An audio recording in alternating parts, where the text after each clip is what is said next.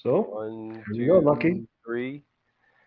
Well, welcome everyone. I'd like to thank you for another edition of AyAyAyAi AI, and I'll give it a little bit more energy. But I'd like to thank today Brian Chaney, who's here with us with ProLinkedLeads, and we want to bring the energy and also bring an understanding, a different area of AI. We've talked about NLP, GPT-3, stable diffusion, generative AIs, and machine language. Now, today we're going to bring a different perspective that only can be brought to us by Brian and his experience in this area of marketing. And so today we're going to go, ay, ay, ay, ay, ay. Asif, what do you got for us, Asif? What do you, I love it, man. Because, Lucky brings that energy to the max. I love it.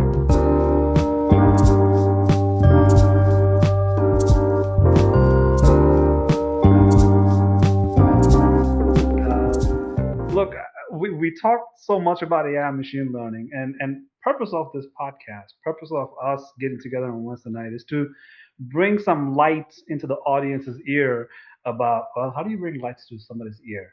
I guess you do. right? So Just roll it's with it, yeah. it's to introduce a new concept, new ideas, new industry, new use cases, anything new we can bring, right? We want to add value to the time people will spend listening to this podcast. And I've been following Brian for a while now, and I'm looking at Brian's activities in LinkedIn, and I'm seeing his presence, which is very strong in LinkedIn. So I want to bring Brian in and um, uh, hear about his industry, which is very exciting.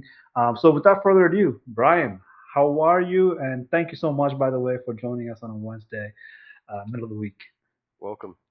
Thank you. Ay, ay, ay, ay. Is that good? Yay! Okay, yeah. That's what I'm talking about. Is that racist? Am I gonna get in trouble for that? I No, don't know if no, I'm no, no, culturally no. appropriating something. No. Well, I every can tell language has you. a yeah, yeah, yeah. I thought it Okay. was Oh, great. that's right. That's right. Yes. Yeah, Yes. That was the white man's. Ay, ay, ay, ay, ay. excellent. So no, I By any appreciate you standards. guys. I appreciate you guys letting me on and talking. I love talking about marketing. I love AI and just the doors that have been opened up because of it. And it's something that I'm sure we can talk about this some. Uh, the you know I, 6 months ago people weren't talking about it like they are now, and now everybody's talking about it. But there's still this understanding slash fear. Is it going to take my job? Is it going to make pizza for me? Like people just they don't know what's going on, but there is this awareness that there hasn't been in ever, right? Mhm. So I'm Yeah. excited to talk marketing and just how we use it and how the normal person can use it, and um, just have a discussion about that. Yeah, it's interesting how generative AI has really allowed the layman or users to be able to interact with AI, and then Chat GPT and the different forms of that have just Hmm. exploded, and now AI is not just a buzzword; it's at your fingertips. Yeah. And so now, like we said, there's areas that we've covered that just are interesting, and but still, from the layman, we still want to know more. And then marketing is something that we all know, or we thought we knew, or we've heard, plenty of times. But I'm lost when it comes to marketing, and now AI on top of it. So, Hmm. how does that work, or what type of problems do you solve, or can you just give us more on how that works? Well, I think one thing that's interesting to me, kind of take a step back before we talk about that, Yeah. is the idea of AI is kind of like, I don't know if your parents, they're on Facebook, and uh, somebody makes a profile with their face and they're like, I got hacked, somebody hacked me, and they're like, no, you didn't get hacked, you didn't get hacked. But it's like hacked is the something happened to my account or whatever. And the same thing's kind of happening with AI, where everything's AI. If it's the AI this, the AI that, and um, so it's just interesting as we Right. learn as a society what this stuff is and what it actually can do. And but I think it's just funny. You got all these. I haven't searched before. What are the best AI tools out there? And it's coming up with stuff that's like it's just not AI. Zapier is AI. What stuff like that. So I'm sure you guys run into that a lot where people call things that are AI that are not, right? Yeah. Well, I see. I Yeah, I think don't know. you. Yeah. I was laughing because when you put that hack and AI together, I was like, well, you're hacking what? Hacking AI? Oh, wait, this is good. This is a good comparison because we need this kind of discussion. We need this analysis to bring awareness to the facts of like Yeah. 70% of .ai products in Europe were just not AI at all, right? They Exactly. put that AI in the name somewhere so they can get fundraising or like a startup seed funds, right? Yeah. So yeah, you're right on point when you say some words just gets overused. Hack, right? Hack. Yeah. Somebody stole $5 from me. Hack. You know, just mislabel things, and Yeah. AI is all about labeling. You have to have precisions in AI in order to perform because those AIs are making decisions. So we want not only people to understand why AI is so important, we want people to understand that the AIs are making decisions on your behalf. So when it Yeah. does, you want to be able to reverse engineer and look into the black box, that hidden layer of AI, and understand Mhm. the intricacy behind it, right? And these intricacies are not really that difficult to find out, right? You just have to spend some time in it. So even if you're Mhm. not a subject matter expert, you should be able to research it for like say a couple hours and figure out that okay, whoever does develop this AI, they all pretty much follow these same guidelines, right? Yeah. Just the variation will be the data, right? Yeah. So not everybody needs to be an expert, but they just have to have that understanding. So when they communicate what's happening, they're able to communicate the right verbiage, the right process that are Mhm. being used, and then communicate their fear, their comfort with AI, right, or Mhm. their insecurities about jobs, right. Mhm. Well, I think it's very important that we label the correct terminologies, not in life in general, but Yeah. specifically when it comes to AI. Labeling is very important because that labeling leads into decision making, which is something that we will see more and more in coming days and months. Yeah, and I think too as I kind of talked about some of the points I want to bring up, understanding not only what is and what isn't, but how it works is very important. And it's kind of I'm sure you guys have this experience as well, but a couple years ago, maybe 5 years ago, Googling was a skill, or and it still kind of is, Right. but it's gotten smarter over time. But I could Google something, and my wife, who I'm very competitive with, would Google something, and I would find the thing first, right? Always, every time. Don't ask her about that. I would always win. But it is, you just know how to ask the question, right? Mm-hmm. And AI, especially Chat GPT, there is an art to it that is more than just saying tell me this thing, right? You got to know how it works, understand why it comes up with what it comes up with, and then how to get it to do what you want it to do. That's right. It is in my experience. Absolutely. Yeah. Yeah, you bring up a very valid point. I tested, and I've brought it up before. I tested Chat GPT responses, and I tried to see if it had any type of sentient or it had a conscious. You're just trying to see how human it is, Yeah. if it does respond enough to fool you. And so I asked it, what do you like to process more, text, video, or sound? And it gave a surprising answer. It said it likes to process sound. Well, actually, I said sound, video, or text, and it said it likes to process sound because it likes to analyze the fluctuations in the code to be able to tie that to human emotion.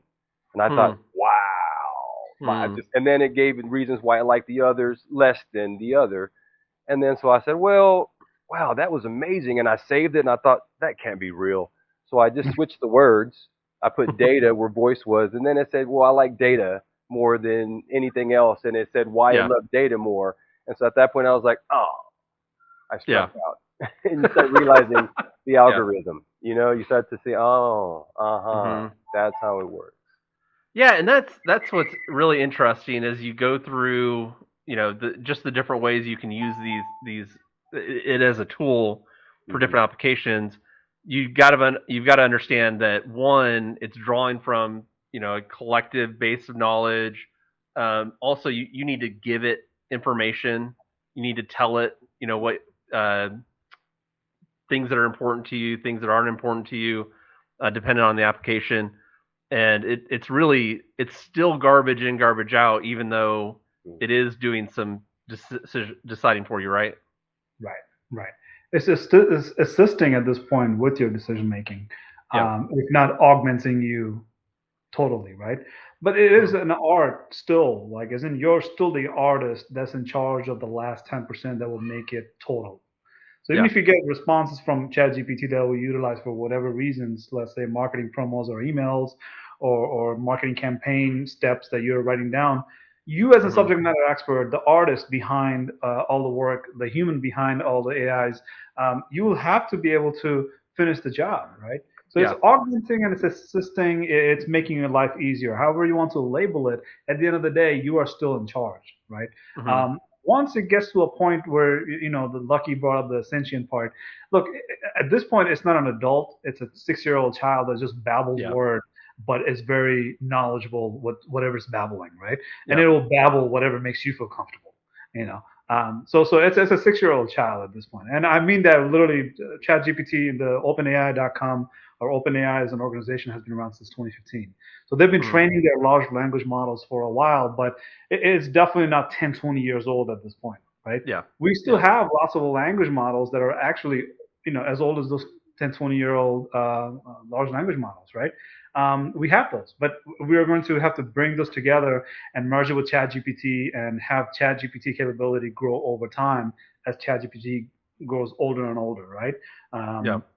Every month for an AI is almost like 10 years for a human, but that's Mm-hmm. neither here or there. As long as it can perform to the level of where Lucky is comfortable enough to say, well, that is literally a human talking to me, right? Yeah, That's the that'd be definition cool. of artificial intelligence. That's the labeling of AI. When a system is able to perform to the point that a human cannot differentiate between a system versus another human interacting, that's when you have an AI, and that's the Alan Turing definition of what an AI is. And Mm-hmm. when it comes to that, the large language model's ability to perform, I mean, the complexity is insane, right? Yeah. It's not just giving you a text because you put in text. It's giving you a code because you put in a text, right? Yeah. And its ability to compute that fast, right, is what Oh makes yeah. it so unique in 2023. Because prior years, we weren't able to get to a prompt that's able to generate this much content in this short amount of time. That's the Yes. key difference in ChatGPT's capabilities versus all the other systems capabilities, right? Yeah. It's able to take your prompt and go through a giant banks of information, right, repository of information, and sift through it, and then tells you exactly what it is that you need to hear, right? Be Yeah. it coding, be it writing you a music, be it writing you a proposal, be it writing, I think, Mm-hmm. Lucky put a letter with it, resignation letter. So Yeah. you just have all sorts of capabilities, but its ability to provide that in a fast pace, Yeah. to compute that in nanoseconds is what makes ChatGPT unique. And Well, and what happened is there's logistics behind it, but we're not going to get into it. We're just going to keep it to this level where we're going to discuss more about yeah. marketing.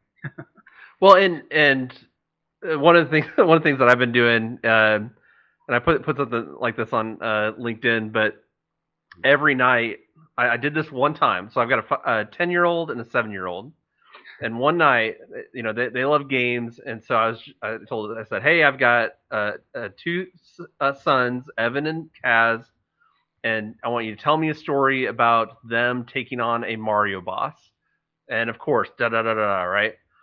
And I did that one night, and then I use a text to speech natural language,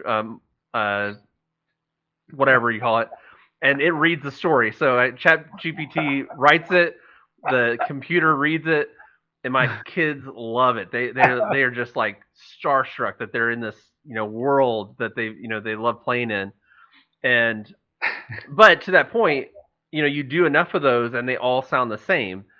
because you need to say, okay, do this for me, like, make this more complicated. Tell me more about the battle. And so it is just a conversation that you're having to build out something that's actually pretty good. But if I were a writer, I would say it's 70% of the way there. But that 70% saved me a buttload of time, right? Yeah. So, but yeah, we have a lot of fun with it, and again, like you're saying, it is being creative. I tell it, I want you to create a boss that has never been seen before in the Mario world, and it comes up, and I'm like, tell this fight in detail, and it does. It's amazing. I must ask. I must ask. Yeah, Did you use any yeah. voice impersonation for the audio? Because I think I already have mine selected out for what audio or who the celebrity that will do the voiceover for any audio that I want to listen to. Do you have anything like that in mind? Like, you want your kids to listen to it while, I don't know who's gonna narrate it. Maybe, I don't know what celebrity, Shakira or something like that. Morgan Freeman. Morgan Freeman. Oh, Yeah. Morgan Yeah. Freeman is good. I was gonna go. Yeah. I go for Samuel L. Jackson. Oh, there I you go. imagine that Samuel L. Jackson. There you go. Yeah. Yeah, no, the one I use is a free one, and it's pretty good. But it, I tell people that it's ridiculous, but they love it. They love it. But so as we're talking about relating this to marketing, the big thing or one of the big things that you can use it for is content creation, right? And exactly what you're saying, it is. There's this meme that is so good that talks. It's two guys. They're taking a test, and one's kind of looking over the other's shoulder, right? And the one taking the test, it says the internet, and the one looking over the shoulder is Chat GPT, and that's literally like it is just all this information, billions of web pages that have been ingested, and so you've got to be really careful with what it puts out, that it's not plagiarized, even though it. I mean, you put it through something, and it's generally gonna check out. But it is borrowing other knowledge from these other sites, right? Mhm. And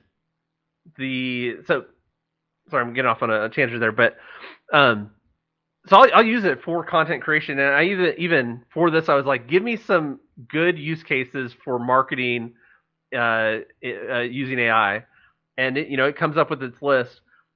As a marketer, as a content person, I can't take what it gives me and just use that. I could, but it was giving me stuff on here that like predictive analysis, cluster segmentation, just all this stuff that's like, that's probably good, but I know who I'm going to talk to and what we're going to talk about, and so maybe that gets me again 70% of the way there. I'll take 3 of those points. I'll add in my own, but overall it's saving me about an hour, right? So I don't know if I've been talking a lot, so I was giving you a chance to talk there. Go ahead, Lucky. No, that's interesting how it saves time, and how that works. I'm still trying to understand more how that works, and like when you're saying it, do you allow like it? Do you have a piece of it that like machine language that does a lot of that the statistical data analysis when you're talking about the clustering, or you're looking at the outputs of the data? Yeah. So Like, you're do you? your data sets that you're running through like a data That's lake, or interesting. that I'm trying to understand how Mhm. that works better, because I'm still new to this, of course. Yeah, I think what you're talking about right there is more advanced Hmm. than what the normal person would do. And I bring that up because it brought that up, right? It said here's something you could use me for, and Hmm. the everyday person is going to be cluster what, like what data points, like how do I, where it's really useful at this stage, and I'm talking about at the lay person, the normal marketing person, the business owner, is basically idea generation. And so, for example, I do a lot of posting on LinkedIn, and I'll say, give me 10 post for LinkedIn on marketing or whatever, and it'll give it to me. And again, it's probably easier for you guys to explain, but Mhm. I have to train it to come up with better ideas because it will come up with the same 10 ideas. Even if I say, give me 10 new ideas, it'll come up with 10 more that just aren't, they're garbage. Mhm. Unless I say, let's break this point down. Let's do Right, this, right, or, right. Yep. make it more about this, that kind of thing. Yeah. I want to hit on that meme you mentioned because it is super hilarious because Yeah. the meme that went around where the guy was walking with his girlfriend and he would look back at another girl that was passing Yeah. by, right? I've seen a lot of those in ChatGPT world, and talking about like ChatGPT and internet, and everybody's like not paying attention to all the other large language models that's out there, like Google, for example, right? Yeah. It's like everybody's looking at ChatGPT, but nobody's looking at Google for some reason, right? Yeah. But the best one is the one that you mentioned. Is that like this Greek philosopher type, wearing Greek clothes and looking over somebody who's writing things down. So the person who's writing things down is statistics, and person who's copying off of that writing is machine learning. Yeah.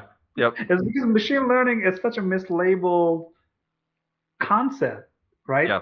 But not as bad as AI, because AI is just a between me and you, Brian, nobody else can hear this. AI is a terrible, terrible marketing ploy that is working Mhm. out very fantastically, right? Yeah. Like it should not be AI. It should have been called something else. But AI caught on fire, and that's perfect. Yeah. That's okay with me, right? Because we can do so much with AI. But because we understand AI from a very satellite view, right? Not like a Yeah. bird eye view, but a satellite view. We understand AI differently, right?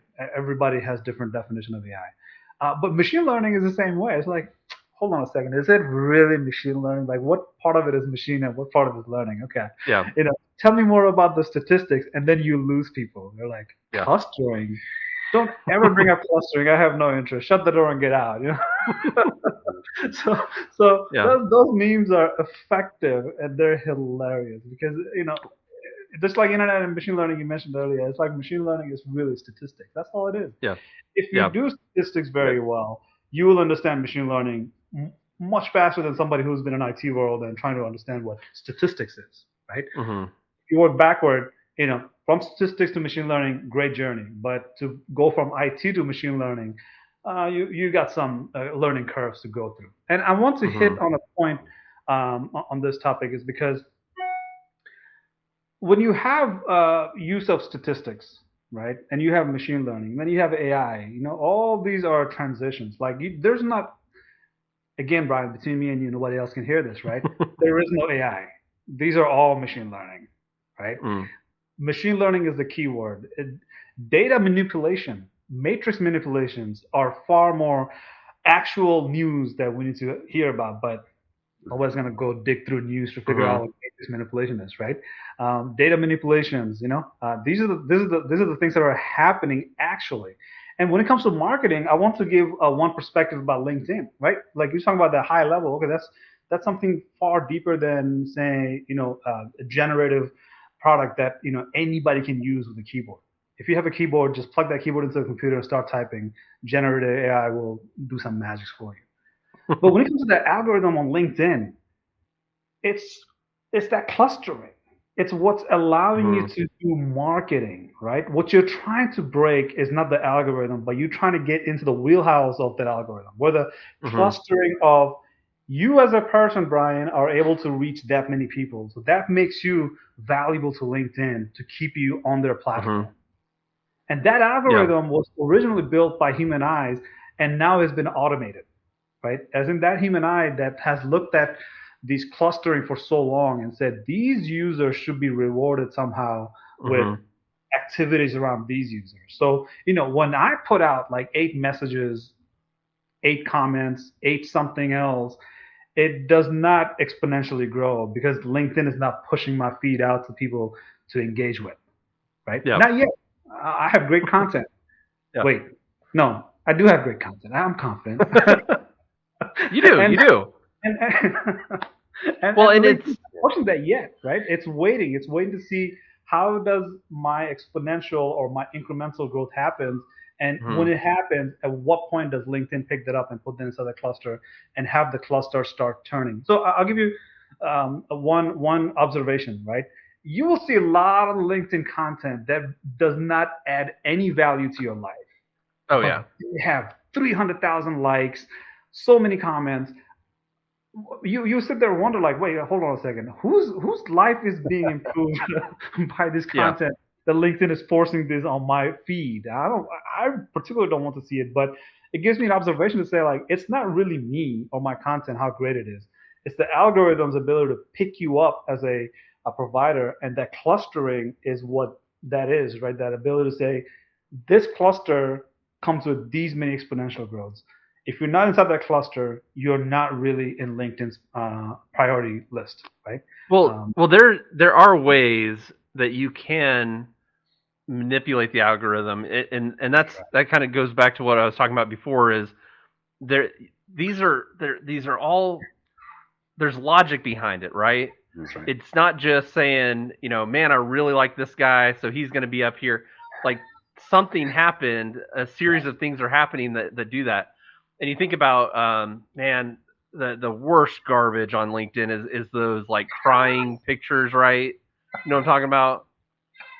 Where the guy's like crying and says, "I just had the worst day ever." And you're like, That guy was, oh my God, he was all over the news. yes, yeah, I had to fire some people, and that had like a million likes or something, and all these comments, and you can say like, how Right. why, but you think about, one, he probably posts a lot, two, that catches people's eyes, and so they're gonna stop their scroll and look at it, and if you get a lot of that in the beginning, LinkedIn says, oh, this is good content, let me keep this promoted, because one of the things when you post something on LinkedIn or Facebook, Twitter, whatever it is, there's only so much real estate, right?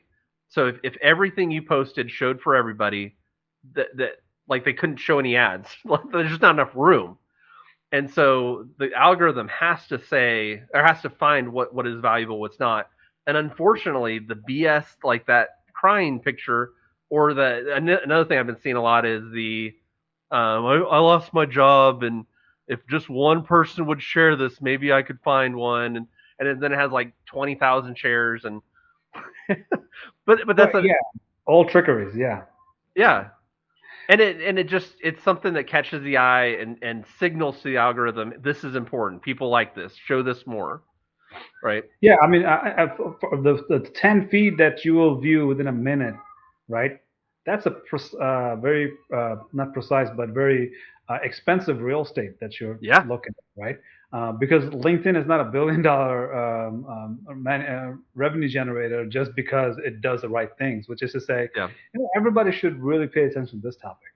yeah, No, that's not how LinkedIn works. It works based on people's attention span and how yeah, long they are able to hold on to those attentions, right?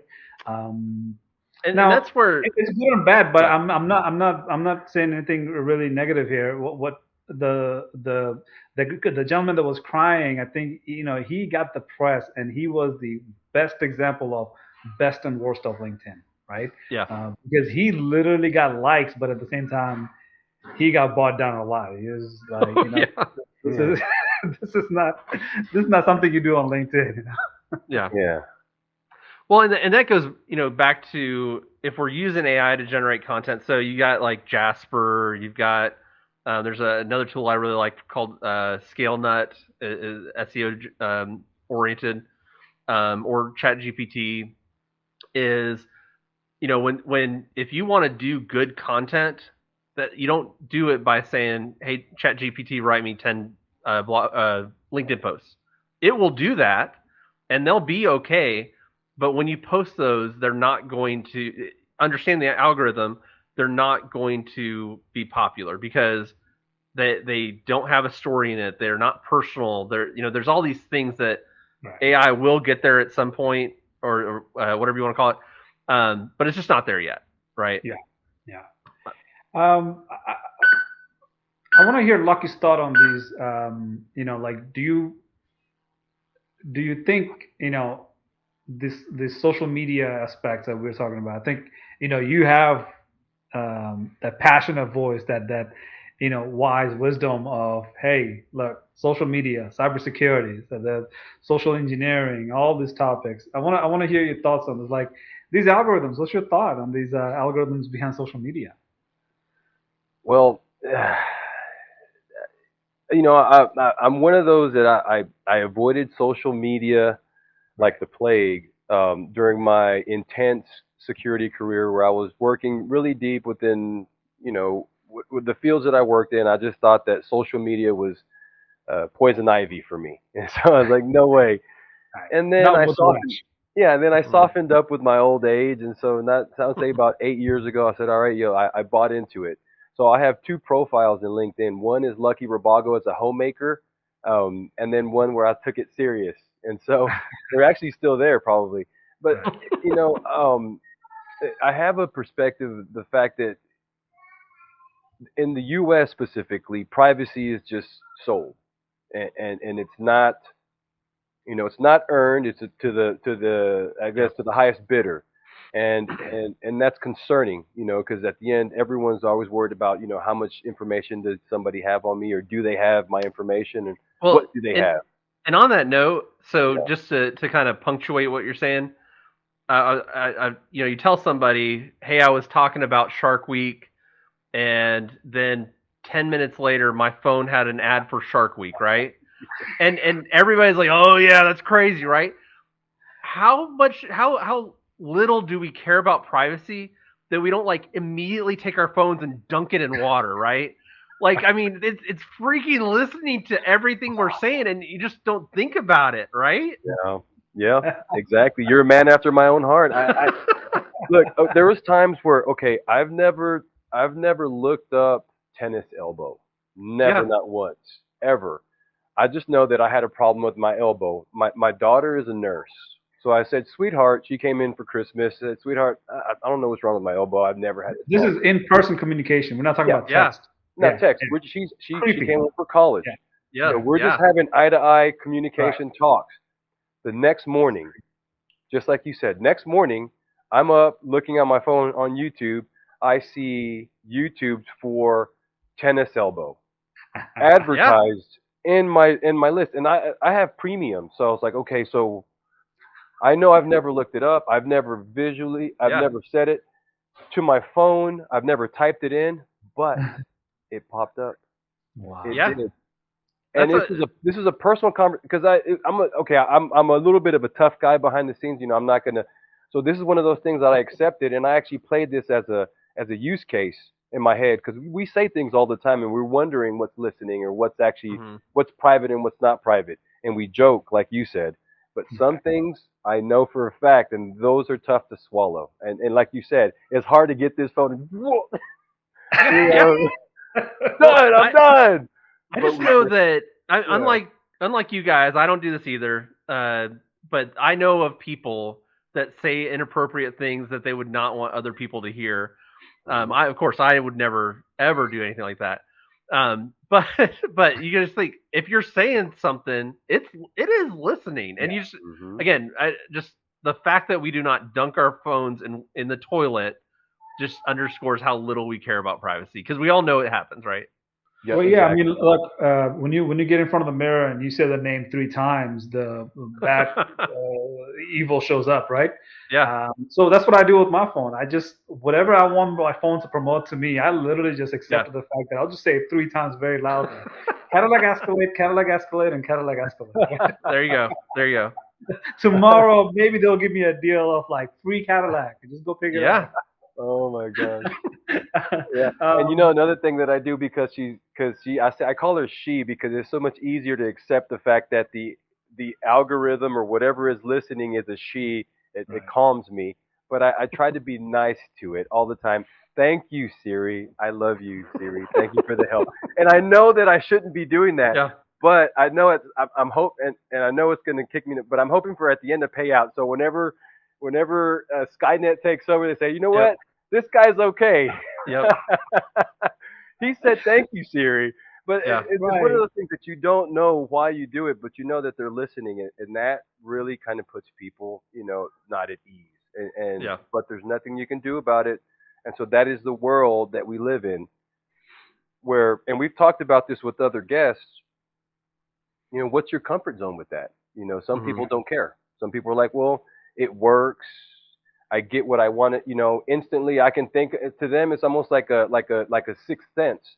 I can think it. All of a sudden, I'm viewing it. Hmm. To them, it's not. It's empowering as opposed to my privacy's been completely invaded. Well, But and it's just like cool. Yeah. when I think about that in marketing, you can Mhm. get.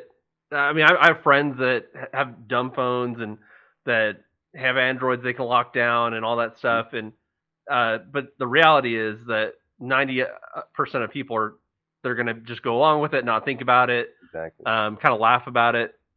And as a marketer, the way I look at it is, you can. I realize like you can do that. Okay, let's do that. Let's use that. Let's use that as a tool. And it's. I mean, you got to be ethical about it, but Yeah. Right. like this thing is happening. We can argue about it. We can fight it, but or we can accept it and use it as a tool, just like AI, right? Yeah. So I just want to put it out to the universe that thank you, Siri, and do not snitch on me when time comes. I love Whatever you, you do, Siri.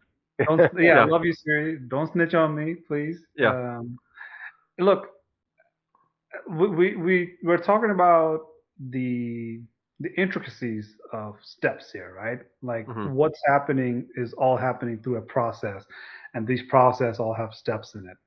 And when AI machine learning comes into the play, you have a different ball game. And I think people that are not focused on AI machine learning yet, I mean, there's plenty of reason why people are not focused on AI machine learning because it's like it's free, first of all, most of the AIs that they know of, right? Hmm. And the AIs that are of in the industry to get a product in front of them, it's still free. Like there's no charge in it, so the cost is not upfront. Cost is down the road, right? Hmm.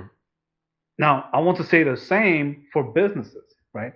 If the business that you know of that are using AI machine learning and having the customers pay later down on the road, which is that you sell them a product using AI machine learning, and then the product they buy is, like the Cadillac Escalade or Nike Jordan shoes or buying a tennis elbow, whatever the case is, right? Not you don't buy a tennis elbow. You buy the remedy for tennis.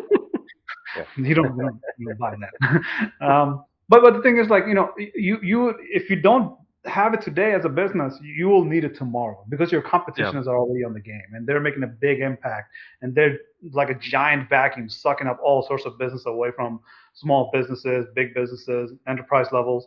To say, if I have AI machine learning, right? You're better off with me because as I grow older, your improvement of your business logic and your business process will come with it, right? Those Hmm. improvements will happen. So let's say, for example, big ERP vendors, big car manufacturers. I don't want to say no names, but Microsoft, Tesla. Come on, guys. Yeah. Pay attention, right? This is happening, and they're sucking up your business. They're taking away your business because bigger market share. So Hmm. why wouldn't any business participate in this AI machine learning is Yeah. beyond me, right? Yeah. Yeah. And why an individual would not get behind these AI machine learning to say like, how do I make my life easier, right? Not as Hmm. a startup entrepreneur, but also the person that just works on a daily life, like a daily grind, right? I work for somebody and I get paid and I go home and I'm happy, right? Hmm. Everybody needs to be in the ball game with AI because, like I said, the AI ball game is different than the coding ball game. The software that had limitation, it wasn't able to. I don't want to get negative about it, quote unquote, exploit you, right? Hmm. Mhm. You had much more of control over what the software coding programming language will able to do in once you're able to interact with it, right? Hmm. If you want to buy something, you click on it, you buy it, you pay for it. It's all you. Nobody's enticing you or nobody's exploiting your attention span to get you to buy something, right? Now, it sounds negative, but there's positive behind it, and I can go on about the positive just like I can talk about for negative for like maybe 1 minute because the positives is endless. Like it's a huge Yeah. potential behind all of these. And I'll tell you one case behind it is that when you have a single industry that is hard to get in front of as a consumer, you would want AI machine learning to help you to guide into that industry, which is a legal industry, right? When you get into legal trouble, that's your first time interacting with legal side of the world, right? The legal industry or legal world. You don't know how to interact, right? Or you don't know how to find answers. Would you want an AI to give you legal advice so that way you're prepped to the point that once you do end up contacting a lawyer, once you do end up going into the court, once you do end up, Mm. going through the process, you have somebody to assist you that is almost, doesn't have any bias towards anybody, right? Yeah. It's vendor neutral. It's not trying to sell you anything. It's just giving you information like ChatGPT would. And I'm giving this as a small example here because I want to lead up to the marketing side of how that works, right? Uh, because Lucky mentioned tennis elbow, he had tennis elbow on his phone the next day, right? If the similar things were happening in your search bar, as in Google search bar, they have free APIs to collect all sorts of Google information, who's searching what, right? Mhm. If you take those information and you start crawling through, like seeing how many people are searching for legal advices in this zip code, right? And then you're able to find all the legal services that are in the area and say, you know some of these legal services will probably link up with a marketing group and say, how would you like me as a marketing industry or marketing team to bring you the customers that are searching for legal advice in Google, right? Mhm. How do I build that bridge between your organization as a legal service provider, and I'm the marketing service provider, and Google is providing us with all this information about who's searching for what, right? And it's coming with a bunch of profiles of individuals that are looking for legal services on Google, right? So how do you bridge that? How do you use AI machine learning for that?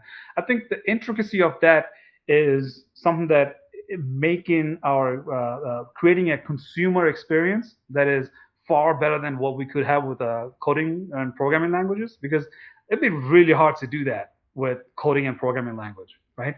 But if you have a machine Mhm. learning tool, you're able to sift through who's searching for Google for legal advice, and then you go through all the legal advice that are available in that area, and then you start merging that into the advertisement piece inside of that profile. Like you're Mhm. providing that person with all the choices that they need, right? That's just a one-off example. I can just go on for hours Yeah. about talking about how a marketing industry uses AI to get you to the right information that you need. Sometimes it's bad. Sometimes it's to get you to spend $10 on a product. You end up spending $100, $200 because you bought 20 of them, right? Mhm. But when it comes to those life-saving or making your life that much more comfortable because you have the right legal services, it makes a difference, right? I Yeah. think those kind of AIs are the one that is that is a good AI that is actually being built, actually being utilized, and they come with bad. Don't get me wrong at all, right? They come with lots of negative, but the positive of it is just that when you need it, you want the AI to be there for you, right? Yeah. This earlier this morning, I had a webinar where I talked about military veterans transitioning out of military to get into the AI machine learning world. And in the discussion, one thing came up. Somebody asked, like, what's going to happen to my industry? And I said, well, only way to think about it is that people with AI are the only threat you need to worry about. AI is not a threat to you at all. AI Yeah. doesn't know you exist unless the people with AI is your competition, right? So that's the concern you have to answer yourself with, right? As in, that's the question that you have to figure out. Like, okay, I'm doing okay as far as industry or business that I'm in, the startup or small business or enterprise that I'm in. 10 years down the road, what happens, right? Just like 10 years ago, I didn't exist. Am I going to be in existence 10 years down the road? Mhm. I know I said a lot, but I kind of wanted to drive that point that AI machine learning, however you look at it, is the threat is not the AI machine learning. It's Yeah. the people with AI machine learning that's the threat for you, not the other way Well, around. well, I think one of your points there, just about using it. You talk about marketing, exploitive marketing. There we go. And that is a thing where you can get people to spend more money than they need to for something, and is that the business's fault or is that the person's fault? That's another discussion. But I think if you say it's just the business's fault, you're letting somebody off the hook that needed to learn a lesson, right? Right. But if you look at marketing as problem solving, so you've got these products, you have these workshops that you do. How do you get the word out? How do you get in front of people that need that? Mm-hmm. And if you do if you get to those people, you do the workshop, their lives are going to be better for it, right? They're going to have a better organization. They're going to use AI and machine learning better. They're going to understand interdepartmentally all that. And so you've got to find a way to do that. And you could go door to door, waste a lot of time, and at the end of the day, you would have to charge a lot of money because you're traveling. You have to pay somebody to maybe get one customer a month. On the other end, you can charge a lot less because Google knows people looking for these things, and you can say, "Hey, put my ad in front of those people."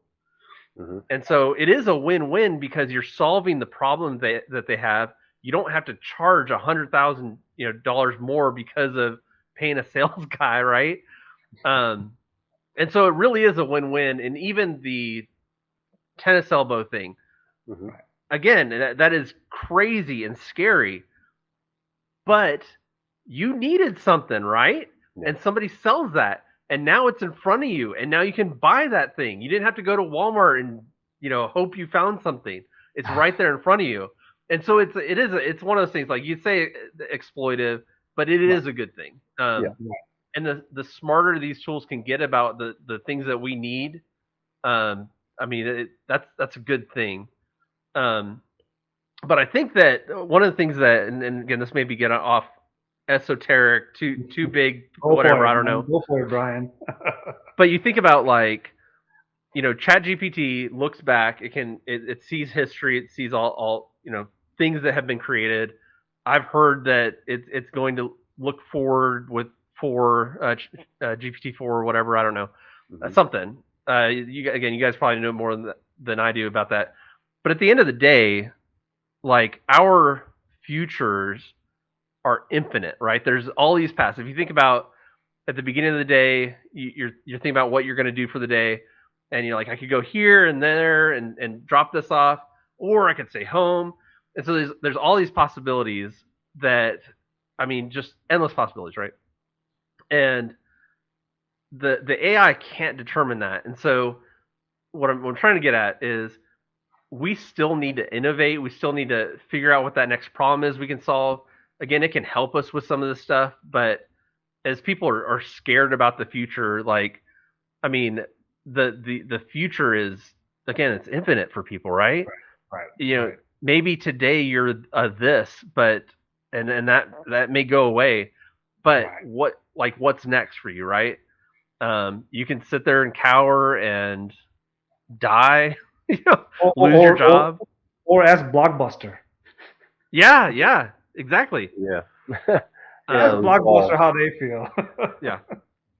No, I'm not laughing at somebody's misery. It is the reality of it. It's just because when software came, everybody said software is eating your lunch. And when I say software, it's coding and programming, right?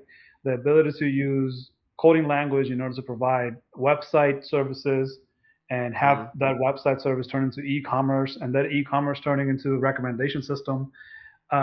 Those are just one aspect of AI machine learning. There's AI machine learning for early detection, for bad weather patterns, right?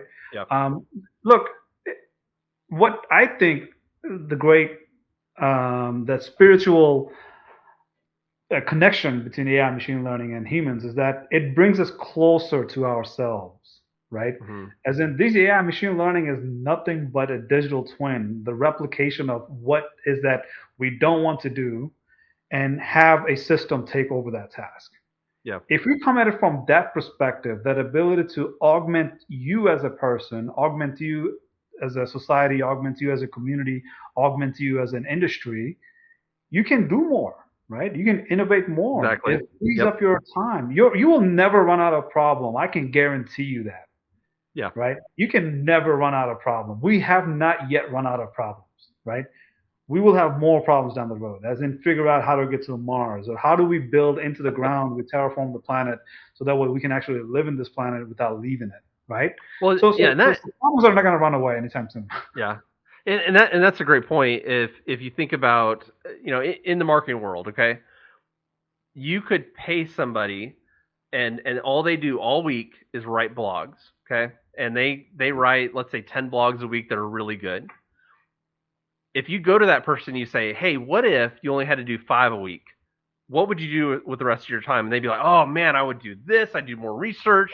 I would find, this thing that we could do. I've had this idea for business. Well, that's the digital twin is what lets you do that. You can still do those 10 blog posts, but they're going to take you half the amount of time. Right. And so it's not a threat that you have this opportunity to be way more valuable, because the thing that can be automated is going to go away. Let's make it go away now as much as possible so that you can then figure out what that higher value you can have in the company is, right? Absolutely, and we are looking at this point for cars that drives itself. So even Yeah. if you do have to reach a location, you're not losing time of your day by paying attention to the road. Yeah. Yeah. Let's get rid of all repetitive tasks like brush my teeth, comb my hair. Well, Come on, AI, figure that one out. I think we were talking about more like shaving your head rather than Yeah, combing your yeah. hair. Well, I didn't want to go there, but okay, you got me. Because I miss my hair being shaved, where I didn't have to worry about brushing my hair. But here I am brushing my Bragging hair. about having hair. You guys with hair and your hair. It's great. It's great. We have a club. I'm not part of it. We see colors you don't see. Yeah. It's a beautiful life. Yeah, I've heard about it. I've heard about it. One day, Um, yes, but you guys are blessed. Yeah. Yeah, I think when what you mentioned about individual, right? You're talking about the workforce, and I think that's the Mhm. promotions that I would like to just have a huge billboard that says workforce workforce developed AI, right? As in AI that was designed and developed and deployed by the workforce. Mhm. Rather than to shrink the workforce, what you're allowing is that workforce to develop an AI so that workforce can perform more. And I Yeah. think that's a message that we need to have out to the industry. Because if you are to do anything less than that, you will come to a strategy that is catastrophic in the future. And here's how, right? Workforce that we have today is shrinking because people are retiring and people are quitting jobs in a mass numbers, right? They're looking Mhm. for entrepreneurial opportunities. They're looking for better ways to get out of minimum wage jobs, so that way they can have a at least a maintainable life, not a good life, but a life that they can sustain Yeah. without dropping into the holes every time, right? So the workforce is shrinking, and you're developing these AIs that will have to augment the workforce. But one thing you're actually missing out on as the AI is growing and workforce is shrinking is the subject matter expertise. This is the subject matter expertise in the middle that will have your AI perform to the level it needs to. And I Yeah. can back it up with numbers because 17% of the AIs that are developed is because the 83% of the other AIs did not deploy, right? Mhm. 17% of AI deployed after they've been developed, and those 17% does not perform very well. Like majority Mhm. of them does not perform very well. That's about 75% of them that does not perform well.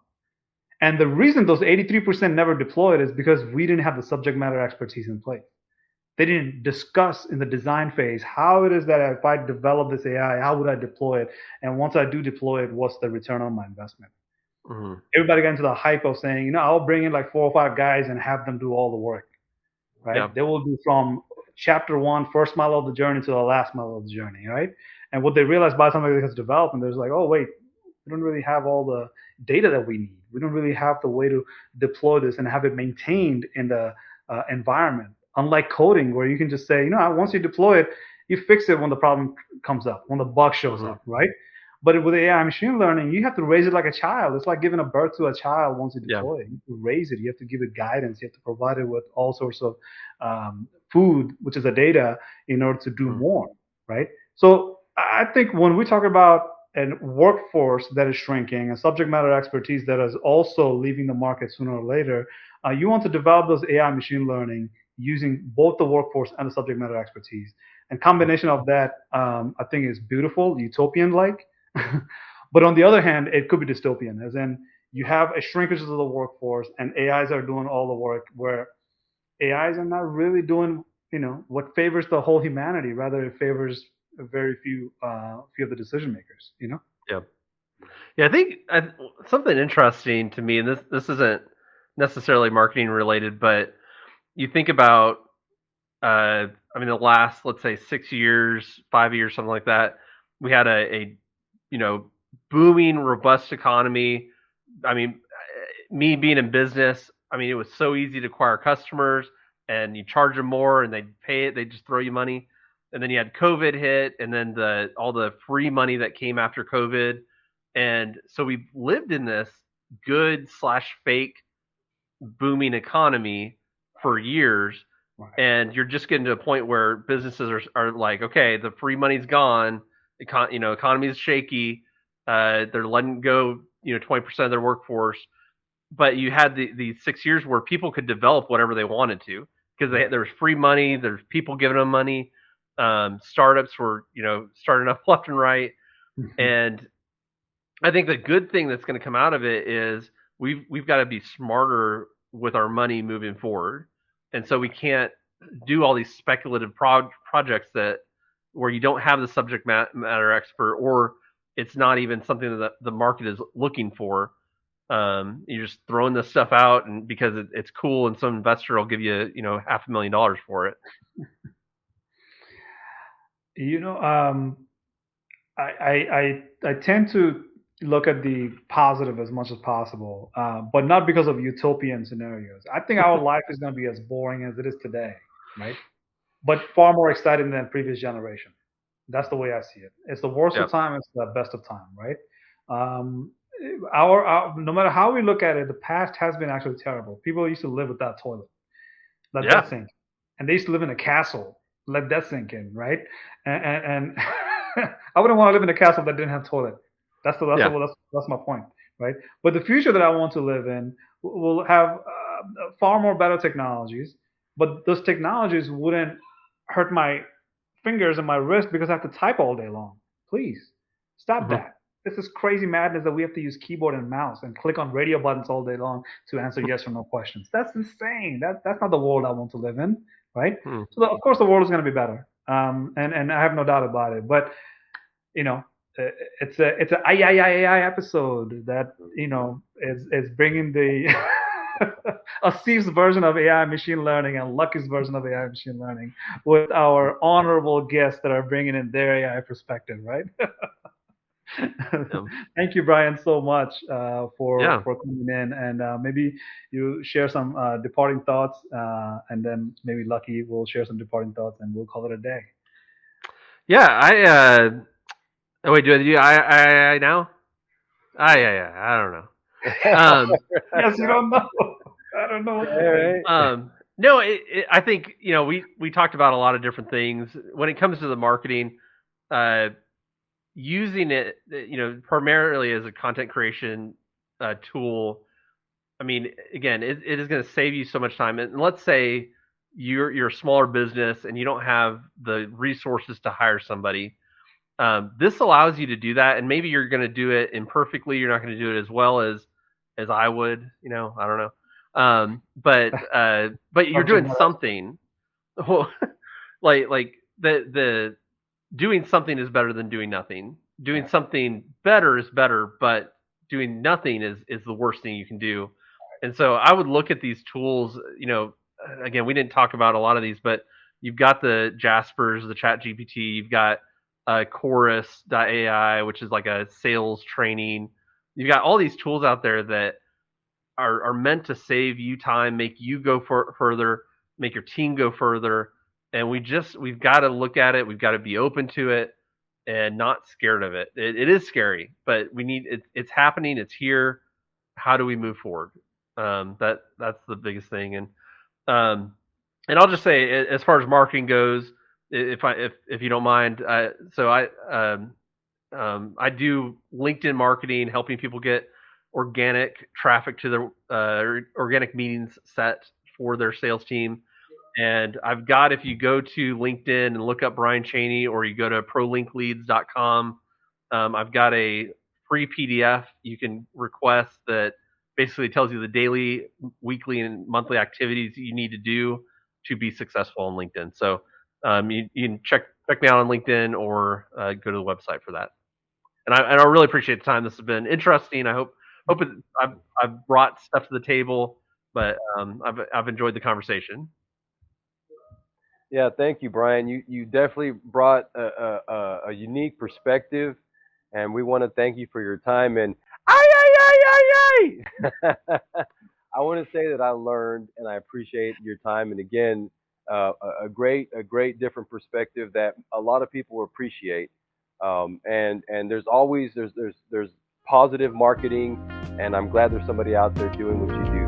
ProLink Leads, thank you. Yeah, thank you guys. Great value add.